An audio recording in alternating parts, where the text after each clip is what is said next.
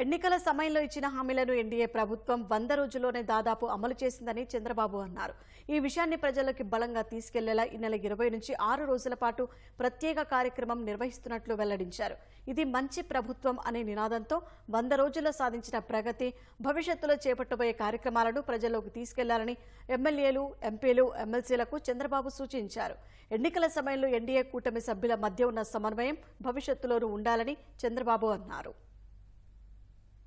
కొత్త ప్రభుత్వం ఏర్పడి 100 రోజులు పూర్తి చేసుకోవడాన్ని పురస్కరించుకుని మంగళగిరిలోని సి కన్వెన్షన్ సెంటర్లో ఎన్డీఏ శాసనసభాపక్షం సమావేశమైంది. ఈ కార్యక్రమంలో ముఖ్యమంత్రి చంద్రబాబుతో పాటు పవన్, పురంధేశ్వరి పాల్గొన్నారు. ఎన్డీఏ కూటమి కలసికట్టుగా ఉంటే ప్రజలకు ఎంత మేలు చేయొచ్చో ఈ 100 రోజుల్లోనే నిరూపితమైందన్న సీఎం భవిష్యత్తులోనూ 3 పార్టీల నేతల మధ్య ఇదే సమన్వయం కొనసాగాలని పిలుపునిచ్చారు. దీనికోసం త్వరలో ప్లానింగ్ బోర్డు మంత్రిని నియమిస్తామన్నారు. కేంద్రం వికసిత్ భారత్ 2047 లక్ష్యాలతో పనిచేస్తుంటే వాటిని అందిపుచ్చుకుని రాష్ట్రం స్వర్ణాంధ్ర 2047 విజన్ డాక్యుమెంట్ ను రూపొందించనున్నట్లు సీఎం వెల్లడించారు. వీటిని ప్రజల్లోకి బలంగా తీసుకెళ్లాలని 3 పార్టీల నేతల్ని కోరారు.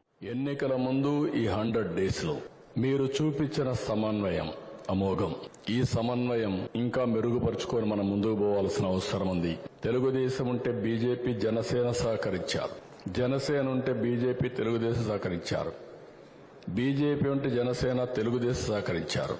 అందరినీ సమన్వయం చేసుకునే బాధ్యత గౌరవ శాసనసభ్యులపైన, పార్లమెంట్ సభ్యులపైన మీ పైన ఉంది. మేము ఏ విధంగా అయితే రాష్ట్రంలో ఆలోచిస్తున్నాం, అదేవిధంగా మీరు కూడా నియోజకవర్గాలు ఆలోచించి దీన్ని ముందు తీసుకుపోవాల్సిన అవసరం ఉందని చెప్పి కూడా నేను మీకు తెలియజేస్తున్నా. భవిష్యత్తు కూడా మనం చేసే పనులన్నీ ఎప్పటికప్పుడు ప్రజల్లోకి తీసుకుపోవడం మీ బాధ్యత.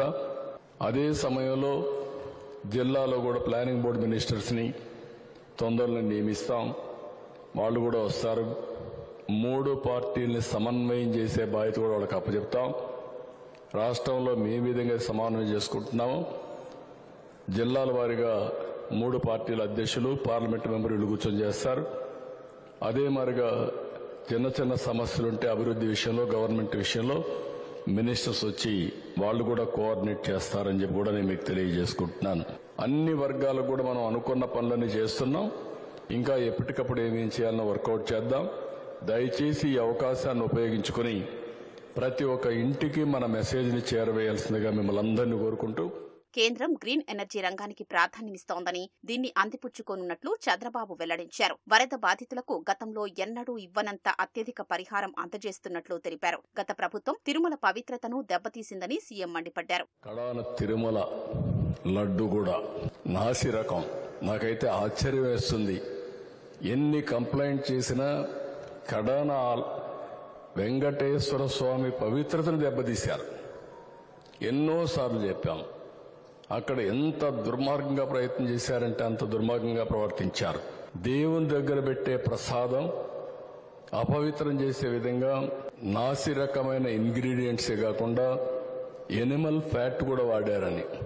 ఏది గీకు బదులు ఈరోజు స్వచ్ఛమైన గీ తెమన్నాం, ప్రక్షాళన చేయమన్నాం.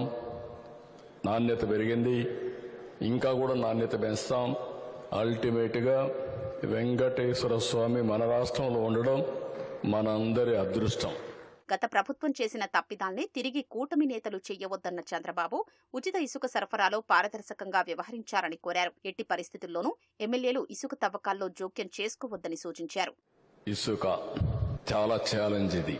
నేను ఒకటే కోరుతున్నా, కొండే మెంబర్స్ అందరూ ఎట్టి పరిస్థితుల్లో ఎన్డీఏ ప్రభుత్వం మనం వాళ్ళని క్రిటిసైజ్ చేశాం, ఎండగట్టాం, తప్పులు చేశారు. అవన్నీ కూడా ఎంక్వైరీలు చేస్తున్నాం. ఎట్టి పరిస్థితుల్లో తప్పులు చేసిన వాడిని వదిలిపెట్టే సమస్య ఉండదు.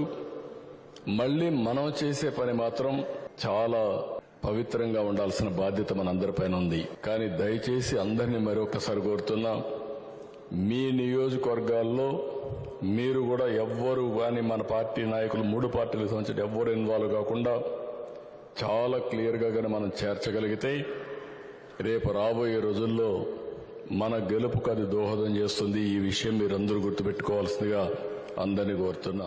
గత ప్రభుత్వ హయాంలో రాష్ట్ర అభివృద్ధి ఎక్కడికక్కడా నిలిచిపోయిందని, కేంద్రం సహకారంతో మళ్లీ నిలదొక్కునే ప్రయత్నం చేస్తున్నామని సీఎం తెలిపారు. పోలవరం, అమరావతి సహా పారిశ్రామిక అభివృద్ధికి ప్రధాని మోదీ సాయం అందిస్తున్నారన్నారు. కేంద్రం వల్ల 12,500 కోట్ల రూపాయలు పోలవరానికి వచ్చింది. 2 సంవత్సరాల్లో పోలవరం ఫేజ్ 1 పూర్తి చేయాలని గవర్నమెంట్ ఆఫ్ ఇండియా కూడా ముందుకు వచ్చారు. 12,500 కోట్లు ఇస్తున్నారు.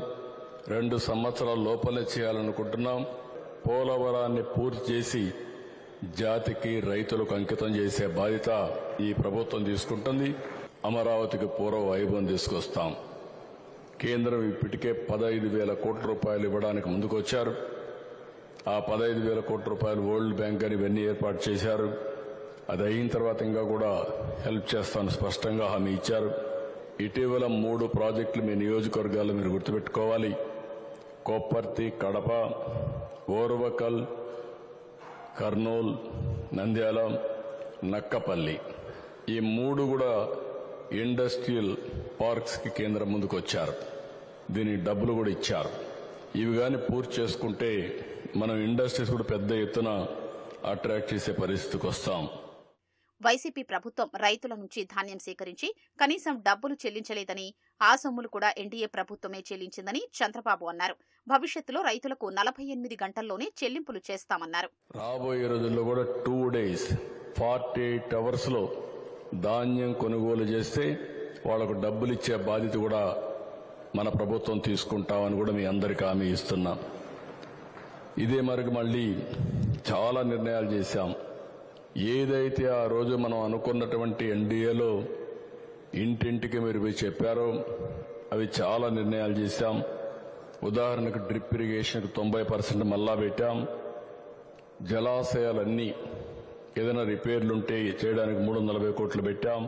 విశాఖ స్టీల్ ప్లాంట్ విషయంలో ఎన్డీఏ ప్రభుత్వంతో సంప్రదింపులు జరిపి ప్రభుత్వ నిర్వహణలో ఉంచేలా చర్యలు తీసుకుంటామని చంద్రబాబు హామీ ఇచ్చారు. ఈ వ్యవహారాన్ని వివాదం చేయడం ద్వారా లబ్ధి పొందాలని వైకాపా చూస్తోందని మండిపడ్డారు. విశాఖ రైల్వే జోన్ కు అవసరమైన భూముల్ని అందిస్తామన్న సీఎం త్వరలో కేంద్ర మంత్రి శంకుస్థాపన చేస్తారని వెల్లడించారు. పోలీసు శాఖను పూర్తిగా ప్రక్షాళన చేస్తున్నామని సీఎం వెల్లడించారు.